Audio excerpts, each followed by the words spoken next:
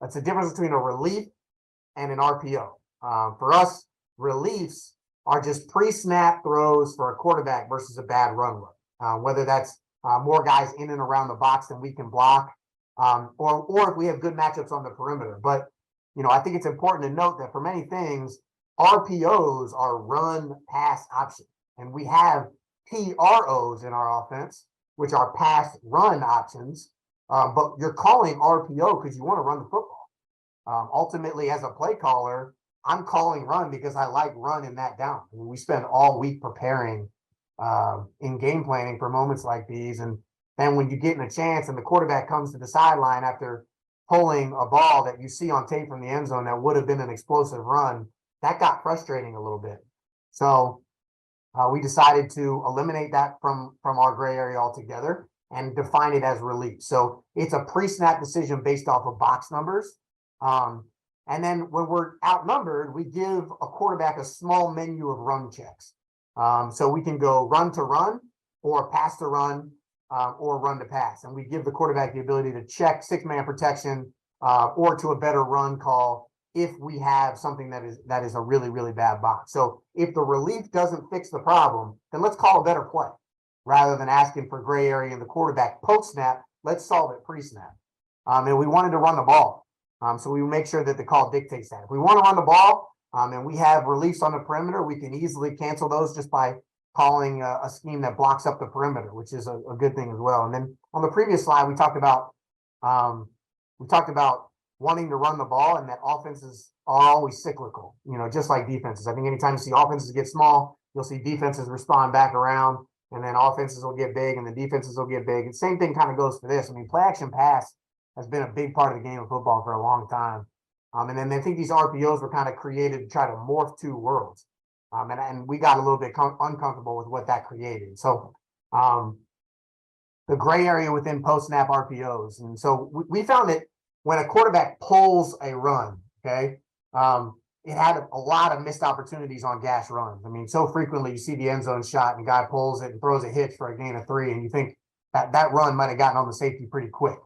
And again, this is probably surprising given the air raid background that we had and we're proud of, but it also defenses have gotten really good at pre-snap disguising defenses. So defenses are really good at changing who's in the fit based off of what they're doing on the back end. And a lot of the times, if the quarterback's eyes are in the wrong place, you're still handing the ball off into free unblocked defenders.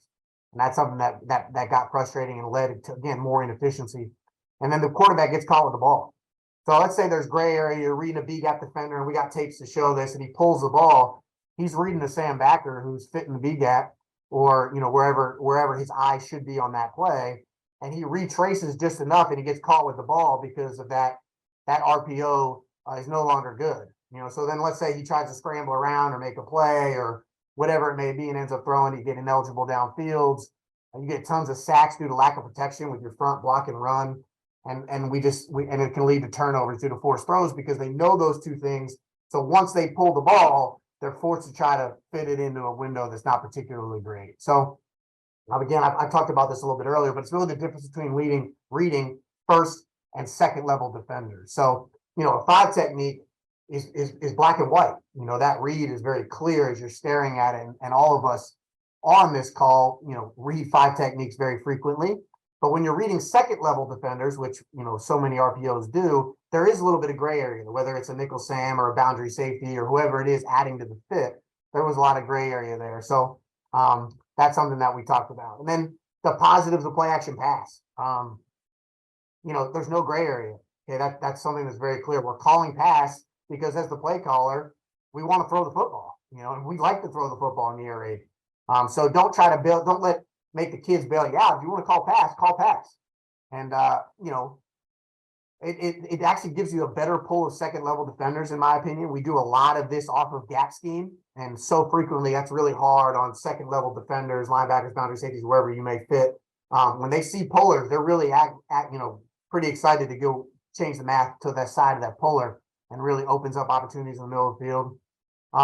There's no missed run opportunities. I got some clips on here where there might be some people on the call that would say, I'd probably pull that and, throw that hitch or throw that, little bender slant that everybody loves. And And then you look at the end zone and there's some explosive runs that would have been missed by doing that. And then the ability to get to third and third progression reads. This is really important, y'all. I mean, when it's protected,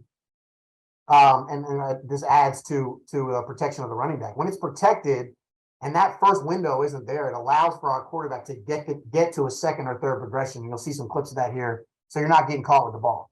And then lastly, you have running backs who now you can use in protection. So frequently when you pull for second level RPOs, now we can use that running back to kind of firm up the protection and send him to a certain spot. We'll talk about how we do that. And then lastly, when you're talking about game planning, this is really big for us. You're game planning your top runs, add a tag for play action, and it just marries up really easily with your top run game. So, excuse me, that's something that we really enjoy. It adds a simplicity of game planning when you pick your top runs to naturally marry it up formationally and with run scheme. So that's our major perks. Hopefully I gave some time to people to take some pictures or to take some notes. But then lastly, again, I think you're going to see here a little bit also a strong diversity of run scheme. So look at the various run schemes that we're using and then the play action pass that kind of fits off of it. And you'll see a lot of your favorite RPOs matched up here. So that's what I want you to look at. This first batch is going to be explosive runs, okay? That might have been missed out on if we had thrown the RPO. So we got a hitch up here to the top of the screen.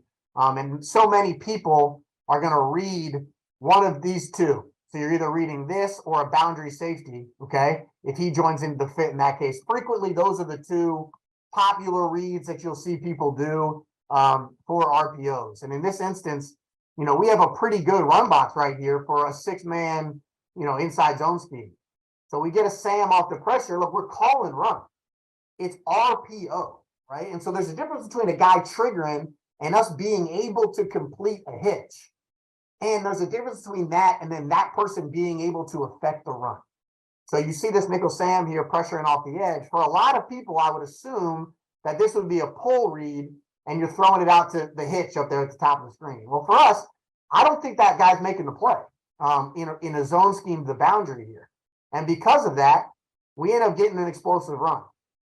So you're losing out on that explosive run by picking up a post-snap pressure like this for a quick 4 or 5 yard hitch on 1st and 10. So that's something that we try to keep in mind as well. And there's a couple examples of this.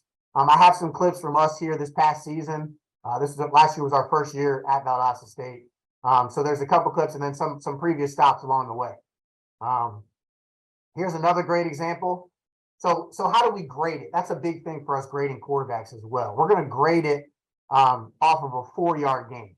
Okay, so we have a 4-yard rule in the quarterback room. If you're going to take the relief, again, we don't use the word RPO because we wanted to say it's truly a relief of the run game. If you're going to take that relief, it better result in a 4-yard game. Okay, now, so frequently here, you're going to see people reading it as, all right, there's your boundary safety, there's your nickel Sam. All right, well, who is this guy in a spot that can make this play? Well, the quarterback's got to make up his mind here, okay? They're rolling weak here in cover 3. We have this hitch relief right here if we want, okay? We blocked up the front side of this one. Again, controlling if we want run or we want a possible relief on each one. Again, we think that this is a favorable box. This boundary safety, and then please keep in mind the D&D. We're in 3rd and 1 here. We're trying to run the ball here and get the sticks. That's why we call a run.